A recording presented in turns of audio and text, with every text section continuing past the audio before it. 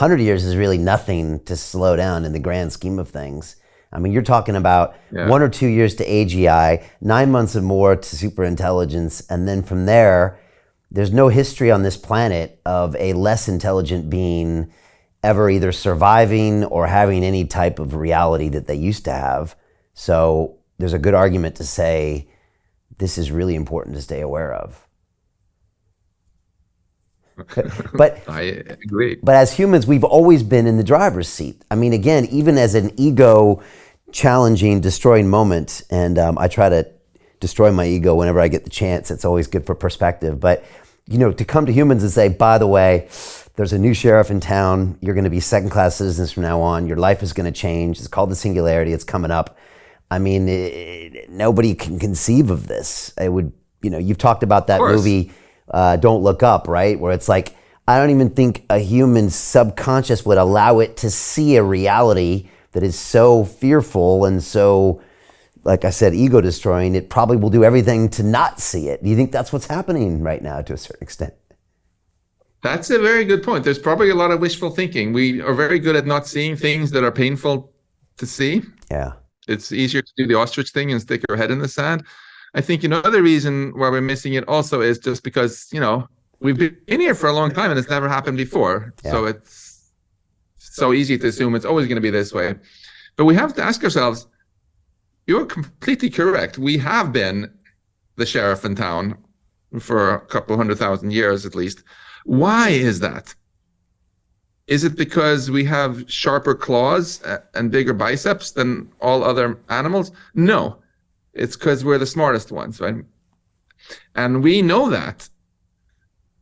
And we're kind of proud of that, even to the point that we use that for the branding exercise for our species. We call ourselves Homo sapiens, the thinking Homo, right? That's why it should be quite obvious that if we build another species that can do the sapiens part better, we're not necessarily in charge anymore. And it's probably a good idea to talk a little bit about strategies for how we can still happily coexist with more intelligent beings, just so people don't walk away from this thinking that the only solution is to stop technology and give up all the wonderful tech we have, because that's just too pessimistic. I mentioned that our mommies and daddies took good care of us when we were 6 months old, even though they were way smarter. And there are basically two strategies for controlling much smarter entities. One is to kind of enslave them. You put your AI in a box not connected to the internet, and you force it to figure out all sorts of cool stuff and invent things for you. But it's a fundamentally antagonistic relationship, and you just count on the fact that it's never going to outsmart you. I'm not so gung-ho about that strategy, aside from any ethical qualms you might have about enslaving an intellectually very advanced minds. I think if a bunch of 5-year-olds, tried to keep you and me locked in somewhere or in a building and make us invent stuff for them, we'd probably figure out a way eventually of sweet talking them into letting us out or tricking them somehow. So I don't like that antagonistic strategy. A much better strategy is to align the goals of the machines with ours in the first place. When we have kids, we don't just teach them how to use powerful tools. We also try to, as good parents, instill in them values, our values, what we think is good, what we think is right. And that means that even if we end up getting more powerful than our parents are, which is almost inadvertently the case, almost guaranteed the case when my parents are old and frail, right? We take care of them. We're nice to them. So that's a glimmer of hope. The problem with machines is that the space of alien minds is just vastly larger than the space of biological minds. So it's a much harder challenge to get them to even understand our goals in the first place. And then once you do that, you have to make them adopt our goals. And then finally, you have to make them retain their goals as they get smarter. And if I think about, my kids, when they were 6 months old, I couldn't explain all my moral ideas of morality to them. They just wouldn't get it because they couldn't even talk yet, right? Eventually, there is for children this magic window when they're old enough to understand our goals and still young enough that we have a chance to persuade them to adopt some of them before they become teenagers. That's when we have the chance to make our move as parents. With machines, if they're going to blow through that intermediate stage where they're too dumb, like your laptop, and to understand your goals, up until the place where they're way smarter than us and aren't going to listen to us very fast, that's a challenge, right? How do you get in the meantime? And third, how do you make them keep their goals as they get smarter? Like my kids were really into Legos when they were little, and now they're just, those Legos are gathering dust in the basement, and they've moved on to greener pastures.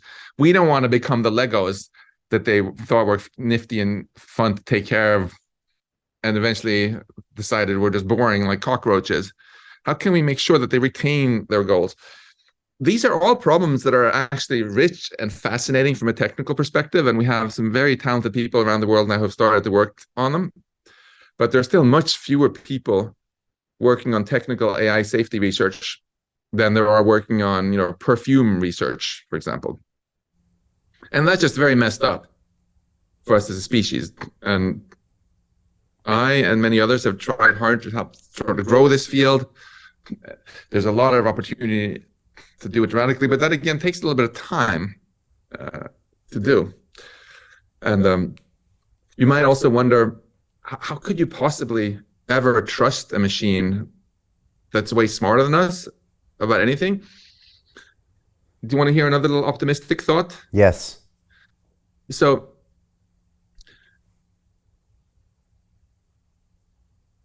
if you have a virus checker on your computer, right? If it can prove that some code you're downloaded from the internet and are trying to run is actually harmful, it won't run it. What if we could flip it around so that future sort of virus checkers, metaphorically speaking, would look for a proof that the AI they're going to run is going to do what you want it to do and not cause harm. And if they can't prove it, they just refuse to run it. So it shifts the burden of proof around from proving that you're guilty to proving that you're innocent. What if it were like that? And what if you outsourced to the AI itself to come up with a proof that you should trust it? There's a fascinating fact about mathematics and computer science, which is it's much, much harder to come up with a proof than to verify that the proof is correct. You can write a code like just a simple program, 100 lines long only, like a proof checker. That checks, this step is correct, this is step. You don't have to understand much at all about the proof. To just check that it's correct. It's like if I have a very long chain, I just have to inspect each link and see that it's not broken, right? So if a super intelligent AI comes up with if it writes some code, which isn't the AI itself, but it writes some code that figures out how to do your new cancer drug or run your nuclear reactor or build your spaceship or whatever, and it also produces a proof that you as a human can check with your little human understandable proof checker that this is going to do exactly what you want, and you just run that.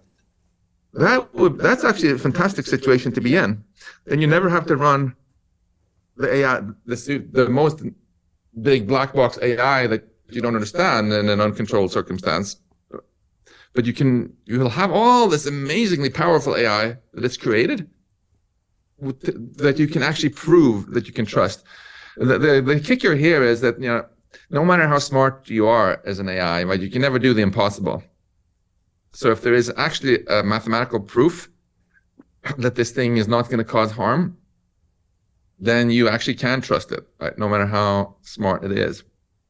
So Jim Rickards has just recorded a video that's not available to anyone in the public, and he's going to be talking about how this upcoming recession is going to be fast, it's going to be bloody, it's going to be nasty. But at the same time, he's going to show you how you can position yourself to profit from all of this chaos. Now, we've made this video only available to our viewers. Go to londonreal.tv/Jim. Watch that immediately. I can't say enough good things about Jim Rickards. He understands the global economic system better than any guest I've ever had on London Real. His predictions are almost uncannily true, and you can learn how to profit from his vision, from his expertise, and his understanding of economics. So go to londonreal.tv/Jim or click the link below. It's an excellent, excellent look on what's going to happen in the future and how you can position yourself to profit from that. Jim is one of the best in the business, one of my favorite guests on London Real. and he's very, very good at predicting the future and showing us all to profit from it. So click the link, and I hope you enjoy. Hey, do you want to profit from crypto? Then join my DeFi Academy. The Crypto DeFi Academy will help you create generational wealth. But don't take my word for it. Listen to my students. When I first got into crypto, I remember thinking to myself, I need to learn more. Brian Rose, learning crypto, learning DeFi, gotta do it. I am so grateful that I jumped in and did this. I had to break through some limiting beliefs that I can do this, that I can afford this, that I can be in this. It challenges the things that are deeply rooted within us. Joining DeFi Academy has been one of the best decisions I have made on my blockchain journey. This course was a life changer, a game changer, a huge eye-opener, coming from knowing practically nothing at the speed of the learning over 4 weeks was just fantastic. The information you provided in this class was invaluable. I feel far more confident in my next steps. You took complex concepts and made them easier to understand. What's different than so many other ones is it just doesn't tell you what to do. It actually makes you do it. This is for people who are serious about becoming traders. This is the way it should be done. I realized from this learning experience again that it is not about what you learn, but about who you learn it from. The energy was insane. I've never experienced such incredible energy on a live call. Brian Rose, you are a legend, my friend. It's the only thing in the market where you can get all information and learn everything what you need to know. Everything is so clear and so well done, and I am just forever grateful for this program. It made me feel so much more confident about crypto than I did before. I did not anticipate how passionate I was going to become about it. It's also been like a big learning experience for me, not just in the crypto space, but just an overall balance of life. What I've learned is, how to take ownership, of my life in a way that I really hadn't before. Yeah, you can't put a price on that, really. I would recommend it to anybody, top notch. Excellence does not come cheap. So if you want excellence, you got to pay for it, but it's so worth it. Pull the trigger. That's what this course is about. You're not going to regret it, really. It's amazing. Thank you, Brian and team. So what are you waiting for? Crypto is happening now. Click the link below, submit your application, and let me mentor you on how to create generational wealth and build the decentralized financial infrastructure of the future.